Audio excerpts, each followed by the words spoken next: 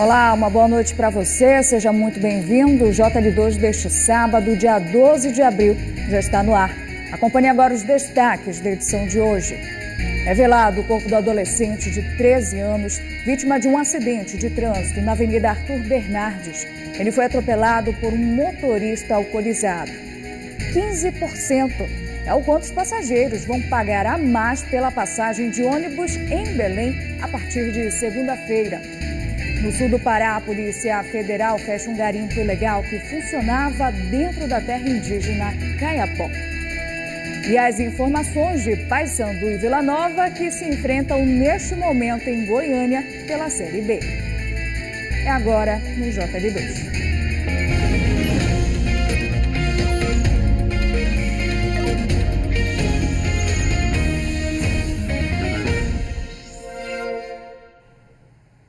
Um adolescente de 13 anos, vítima de um grave acidente registrado no dia 30 de março na Avenida Arthur Bernardes, não resistiu aos ferimentos e morreu ontem, depois de 12 dias internado. O corpo dele foi velado na tarde de hoje, em Belém. Parte da dor era consolada no abraço. Parentes e amigos ainda tentavam assimilar a perda tão brutal. Alex Alejandro Assunção da Silva tinha apenas 13 anos e muitos sonhos. Ele adorava jogar bola, entendeu? A paixão dele era jogar bola.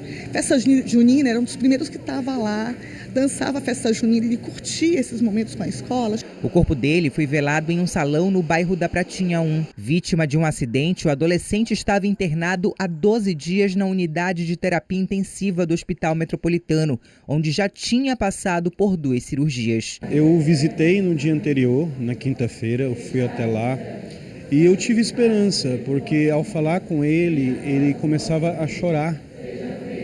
Então, demonstrando consciência. E eu falava para ele, volta pra gente. Eu estou esperando você com tapioca, queijo e presunto, que era o que ele gostava de café, né, quando tinha aula com a gente. O adolescente se dividia entre as aulas, o lazer e as atividades na paróquia Santo Afonso, onde ele era guarda-mirim. Vai fazer muita falta, ainda mais nessa época de Domingo de Ramos, que ele estava sempre ajudando na paróquia. Uma hora dessa a gente já estava lá, montando barraca, ele estava junto nas festividades da nossa paróquia, ele estava lá também junto com a gente. O acidente foi registrado na Avenida Arthur Bernardes no dia 30 de março. Era domingo à tarde e Alex seguia para a casa de uma tia quando a bicicleta em que ele estava foi violentamente atingida por um carro em alta velocidade. Com o impacto, Alex foi arremessado a vários metros de distância do local do acidente.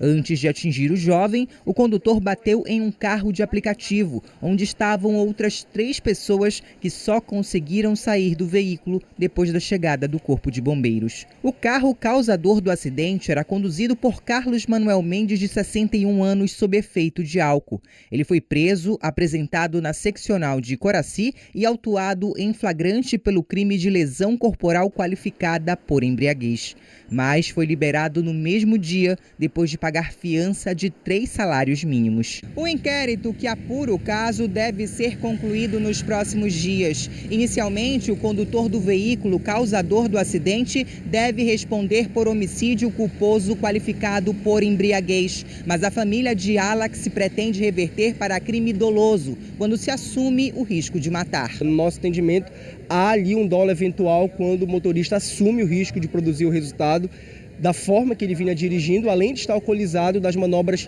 arriscadas que ele procedia no momento do acidente. Gera uma sensação, né, de injustiça quando o menor morre e o condutor do veículo está solto, né?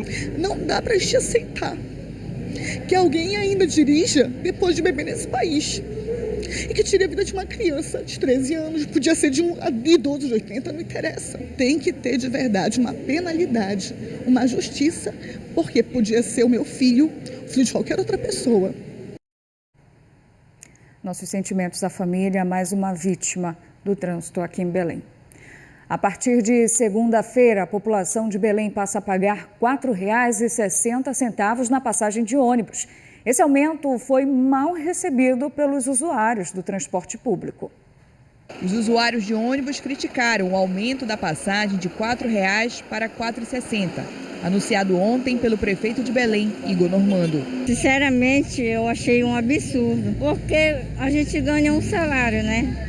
Vou pagar quase R$5 de passagem, né? Eu pago 4 passagens de ônibus. Pela qualidade do ônibus que a gente vê, ônibus cateado, quando chove molha tudo dentro, então eu acho um absurdo. A precariedade dos coletivos foi o principal motivo da insatisfação. E também o número insuficiente de veículos e linhas que atendem a população da capital. Precário, muito precário. Os ônibus hoje que a gente está pegando aí estão... Até já peguei ônibus até que chove dentro do ônibus. São muitos ônibus sucateados, deficiência de ônibus mesmo, né? Para onde eu moro, eu espero 1 hora, meia hora para pegar o ônibus. Cadeira velha, tem muito que chove, não vale a pena. O senhor já andou em algum ônibus com ar-condicionado aqui na capital? Não.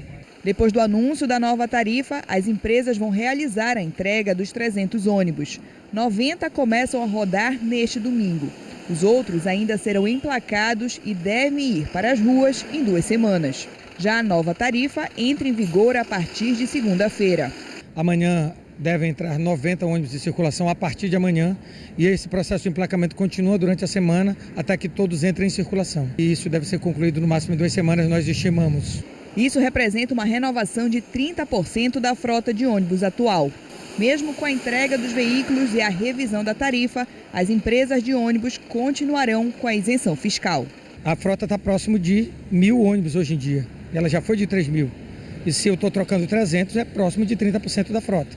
Então, esses ônibus vão ser substituídos agora e esse processo de renovação começa. Elas vão ficar isentas até quando? Tem um objetivo final para acabar essa isenção? O objetivo é a reconstrução, a recolocação da frota. Isso deve ser acompanhado e quando isso for constatado que não seja necessário, vai ser retirado. A Prefeitura também anunciou que os ônibus serão gratuitos aos domingos e feriados.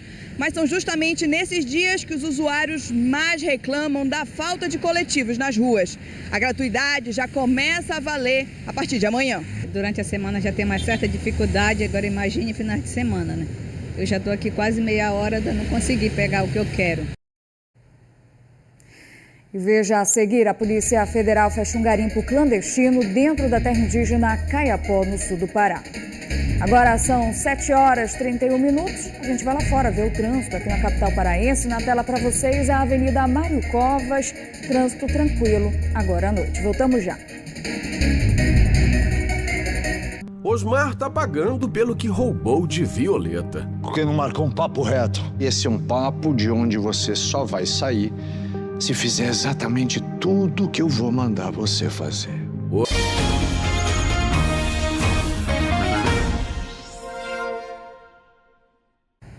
Estamos de volta e a gente fala agora que 5 homens suspeitos de integrar uma quadrilha especializada em assaltos morreram em um confronto com policiais militares em Novo Progresso, no sudoeste do estado. Foi ontem à noite.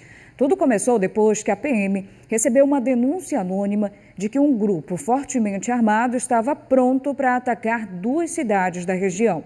Os policiais seguiram para o local onde estava o carro dos criminosos, em uma rua no centro de Novo Progresso. Houve intensa troca de tiros. 5 bandidos morreram. Outros 2 ficaram feridos e foram encaminhados para o hospital municipal. Com os criminosos que pertenceriam ao Comando Vermelho, a PM apreendeu 2 revólveres calibre 38, munição e um carro. O caso foi registrado na delegacia de Novo Progresso e a polícia continua as investigações para identificar e prender outros envolvidos com o crime organizado. Uma operação na terra indígena Caiapó, no sul do Pará, fechou um garimpo ilegal e apreendeu armas, munição e mercúrio. Policiais federais e servidores da FUNAI encontraram 2 pontos de garimpo ilegal dentro da terra indígena Caiapó. Em um dos acampamentos, os garimpeiros conseguiram fugir, mas deixaram para trás um grande arsenal. 6 armas, entre elas um fuzil e munições de vários calibres. Também foram encontrados 4 quilos de mercúrio, motores, dragas, embarcações e até uma antena de internet via satélite. No segundo ponto fiscalizado, uma draga ainda estava em processo de montagem. De acordo com a Polícia Federal, todo o material apreendido seria usado para facilitar a extração ilegal de ouro na reserva. As pessoas que estavam no local foram ouvidas e liberadas. A terra indígena Caiapó possui uma área de mais de 3 milhões de hectares entre os municípios de Cumaru do Norte, São Félix do Xingu, Banaque e Ourilândia do Norte. O Rio Fresco é um dos principais afluentes do Xingu e passa pela região. Tem sofrido graves consequências por causa da mineração ilegal. A poluição por mercúrio e o assoreamento causado pela atividade garimpeira estão entre os principais impactos negativos que afetam o rio. Nessa operação, as equipes inutilizaram ainda cerca de 2 mil litros de combustível e destruíram equipamentos encontrados nos garimpos. Cerca de 40 pacientes que estavam na fila de espera para cirurgias ambulatoriais passaram pelo procedimento hoje. Eles foram atendidos durante uma ação do Hospital Barros Barreto, aqui em Belém. Patrícia chegou cedo para participar do mutirão. Ela foi diagnosticada há 4 anos com lipoma e aguardava há bastante tempo pela remoção. Eu dei entrada na SESMA já tem 2 anos, mas aqui o procedimento foi bem rápido, difícil foi chegar aqui. O objetivo da ação é agilizar o atendimento cirúrgico de pacientes que estão na fila do Sistema Único de Saúde. Apesar de ter formato de mutirão, os 40 pacientes atendidos foram agendados e encaminhados pela Secretaria Municipal de Saúde. Cerca de 100 procedimentos foram realizados. No hospital foram feitas cirurgias ambulatoriais, como biópsias, remoção de tumores de gordura benignos e cistos na pele, além de exames pré-operatórios como eletrocardiograma. É uma ação que a gente pretende fazer a um sábado de cada mês, com o objetivo mesmo, que é o objetivo do Ministério da Saúde, que é reduzir as filas. A fila de espera do SUS está muito grande, pela atenção especializada e pelas cirurgias. Dona Raimunda foi uma das pacientes atendidas na ação. De fone. Aí que eu tinha no pescoço, aí eu vim tirar. O médico mandou eu vim tirar agora, tirei. Acabei de fazer. E foi rápido? Foi tudo bem, graças a Deus. E veja, depois do intervalo, as informações de Paysandu e Vila Nova que jogam neste momento pela Série B. Agora são 7h38. A gente olha o trânsito novamente. Aqui na tela, o cruzamento da Avenida Nazaré com a Rui Barbosa, trânsito movimentado. Voltamos já. Raquel ficou arrasada com a atitude da filha. Eu encontrei a Maria de Fátima na praia. E aí? E aí, que eu tava lá vendendo sanduíche e a minha filha, Ivan, fingiu que não me conhecia. Vim aqui te falar da minha mãe. Você que adora um calendário cheio, aproveita! Depois do meio de semana de Libertadores na tela, é bom já começar o aquecimento para o fim de semana. Vem aí um confronto de gigantes pelo Brasileirão. Grêmio e Flamengo. Amanhã, a partir das 5 da tarde, com os preparativos do Bora Pro Jogo.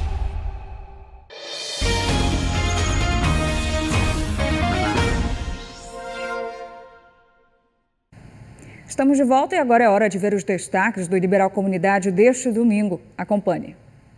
O trabalho realizado pelo Observatório da Costa Amazônica. Pesquisa e geração de dados a partir do monitoramento do meio ambiente. A gente já tem algumas informações específicas sobre a qualidade da água, sobre a temperatura da água, salinidade de muitos rios e nível. Tem também biodiversidade, com uma exposição no Centro de Ciências e Planetário do Pará. Os animais silvestres da Amazônia são destaques. E ainda os preparativos para o espetáculo religioso que mobiliza uma comunidade há mais de 40 anos em Belém. É um trabalho que tem história na cidade de Belém, 42 anos de história, e a gente vem fazendo assim com essa juventude, esses adolescentes, crianças. É neste domingo, às 7h30 da manhã. Agora o esporte, amanhã no Mangueirão, o Remo faz o primeiro jogo em casa pela Série B com apoio da torcida. Em campo, um reencontro de décadas com o América Mineiro e um leque de novas opções para o time. Para quem queria novidades, a semana do Clube do Remo no mercado da bola foi bastante movimentada. E o Remo aproveitou o último dia da janela de transferências para trazer um pacote de contratações. O zagueiro Camutanga, o volante Luan, o meia Regis e o atacante PH Gama já estão em Belém e registrados no BID. Isso significa que os 4 já podem ser relacionados pelo técnico Daniel Paulista, que ficou satisfeito com as novas peças. Sabemos o potencial que esses atletas têm. Fiquei muito satisfeito com as contratações que foram feitas, que eu acho que são necessárias para o grupo se fortalecer, visando esse campeonato, que ele é muito difícil, né? Ele é muito difícil e você precisa ter um elenco. O jogo deste domingo vai proporcionar um encontro que não acontece há muito tempo. Remo e América Mineiro voltam a se enfrentar após 21 anos. O último jogo foi pela Série B de 2004. Em Macapá, 2-0 para o Leão, com 2 gols de Júnior Amorim. Hoje, treinador do Imperatriz do Maranhão, ele recorda bem deste jogo. Eu lembro bem que o momento especial nosso, né, de ter entrado no G8 e de ter vencido uma grande equipe como a equipe do América, que estava despontando ali nada menos que o Fred, né, era o cara que estava despontando e que chegou a ser o grande jogador que foi. Então foi uma vitória especial, primeiro por ter nos colocado ao G8 e eu ter marcado os 2 gols da vitória. E se quiser vencer como em 2004, os azulinos precisam ter confiança. Com relação ao América, é claro que é uma camisa pesada, tem jogadores lá mais conhecidos, porque o investimento é maior. Agora, as coisas elas se resolvem dentro de campo. Eu acho que temos condições, junto com o América, de fazer um grande jogo. Para o primeiro jogo em casa na Série B, Daniel Paulista não vai poder ter Jaderson lesionado. No entanto, além dos novos contratados, o Remo ganhou um reforço de última hora. Às vésperas de enfrentar o América Mineiro, o público foi liberado pelo STJD para comparecer ao Mangueirão. E segundo o técnico, a torcida pode esperar um time em evolução. Nós estamos num processo de construção, né? Uma equipe que está sendo modificada, uma equipe que está mudando a sua forma de jogar, mudou o seu sistema. Vamos procurar trabalhar sempre para que as vitórias aconteçam e o torcedor esteja sempre satisfeito com os resultados que a equipe vai apresentar. Remo e América jogam, portanto, amanhã às 4h no Mangueirão e você pode acompanhar a partida em tempo real pelo ge.globo/PA. Também pela segunda rodada da Série B, o Paysandu enfrenta o Vila Nova neste momento em Goiânia. O jogo está no segundo tempo e o placar é de 1-0 para o Vila. O gol colorado foi marcado aos 11 minutos do primeiro tempo. Gabriel Poveda aproveitou o vacilo de Luan Freitas e abriu o placar para o Tigre. Você pode acompanhar a partida em tempo real pelo ge.globo/PA. E o Águia é campeão da Copa Grão-Pará. O time de Marabá venceu a Tuna nos pênaltis. Com o título, o Águia conquistou uma vaga na Copa do Brasil de 2026. Todos os detalhes você vê segunda-feira no Bom Dia Pará. E a gente fica por aqui. Muito obrigada pela companhia. Uma boa noite. Bom domingo para você. Tchau, tchau.